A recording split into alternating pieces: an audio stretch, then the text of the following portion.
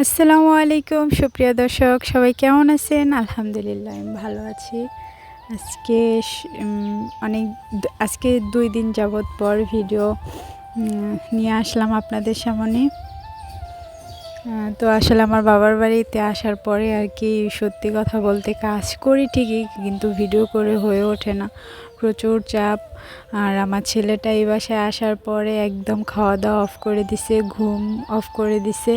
তো সবটা মিলে একটু ঝামেলার মধ্যেই আছে, এই কারণে আর কি আর ভিডিও করে হয়ে ওঠে না।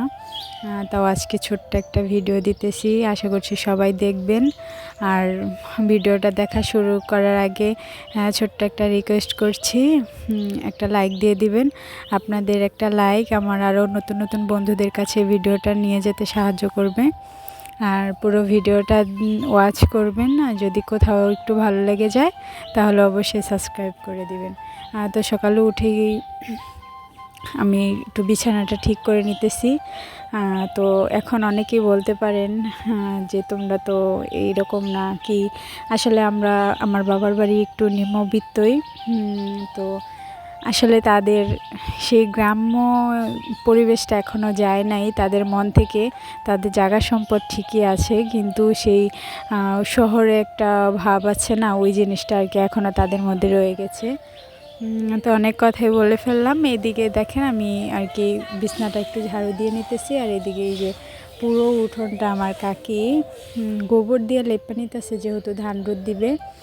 তো এদিকে আমার মা আর আমি দুজনে একটু বিলের দিকে যাইতেছি। আর এই যে আমাদের শাকও আছে, কে কে শাঁকা পাড়াইতে পারেন একটু বললেন। আগে অনেক ভয় লাগতো, কিন্তু এখন পার হইতে হইতে ঠিক হয়ে গেছে। তো এখন যাব হচ্ছে ডাটা আনতে।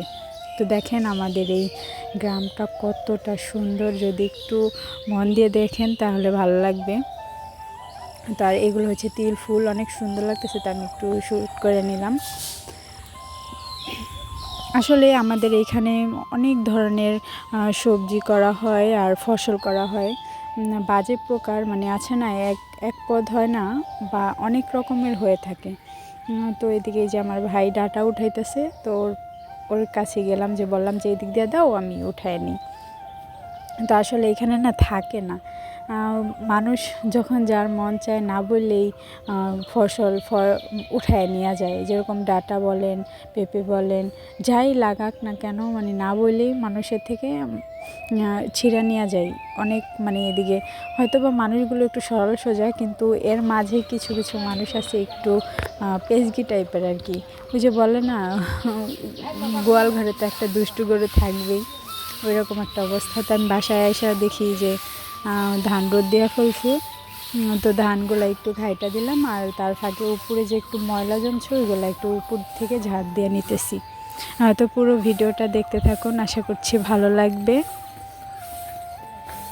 আসলে আমাদের বাসায় যখন থাকি তখন দেখা যায় একটু গুছিয়ে কাজ করা হয়। আর এইখানে আমাদের বাবার বাড়ি আসলে দেখা যায় কি, আমার ক্যামেরা ধরারই মানুষ থাকে না, ঠিক আছে। আমার ভাই একটু দৌড়াদৌড়ি করে, আমার মা তো কখনোই এটা ধরবে না ক্যামেরা। আসলে জানে যে আমি ভিডিও করি, কিন্তু ওইরকমভাবে সে ক্যামেরা ধরতে পারে না।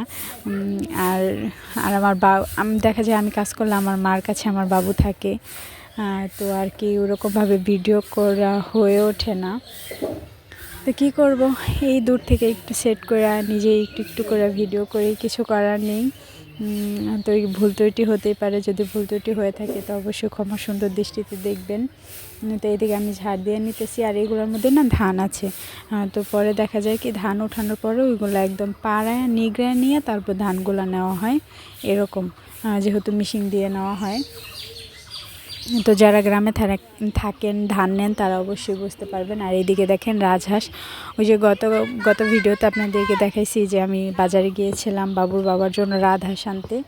তো ওই রাজহাঁসই এখন জব করে দিল। তো এদিকে দেখা যায় কি রাজহাঁস মানে নতুন জায়গা তো কিছু খায় না, তো ভাবলাম যে জবাই করে দিন, যেহেতু খায় না একবারে শুকায় যাইব।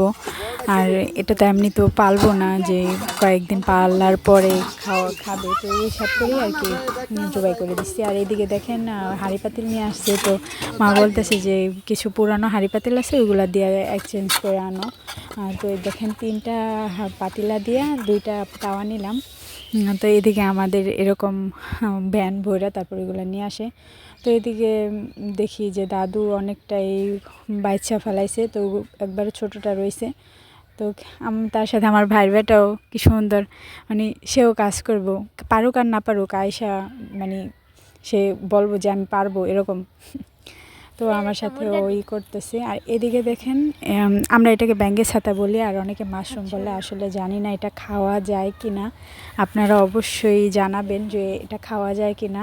আসলে অনেকগুলো বিষাক্ত হয়, তো এটা বিষাক্তর কারণে আসলে খাই না, কিন্তু আমাদের এখানে এক এক জায়গায় দেখি হয়ে থাকে অনেক সুন্দর। এগুলো কিন্তু অনেক বড়, ভিডিওতে আসলে অত একটা বোঝা যায় না, কিন্তু সামনাসামনি দেখলে বুঝতে পারবেন যে অনেকটাই বড়। এই দেখেন আরও আছে আমাদের রাস্তায় হয়ে রয়েছে। তো অবশ্যই যারা জানেন যে এটা কি খাওয়া যায় কি না আমাকে কাইন্ডলি একটু জানাবেন, তাহলে আমি রান্নার চেষ্টা করব। কখনো খাই নাই। আর এদিকে আমার আমার ভাই, ছেলেকে নিয়ে আমার ভাই এখানে আসছে। গরু, ও তো গরু অনেক পছন্দ করে, কান্নাকাটি করলেই গরুর কাছে নিয়ে আসে। এই হয়েছে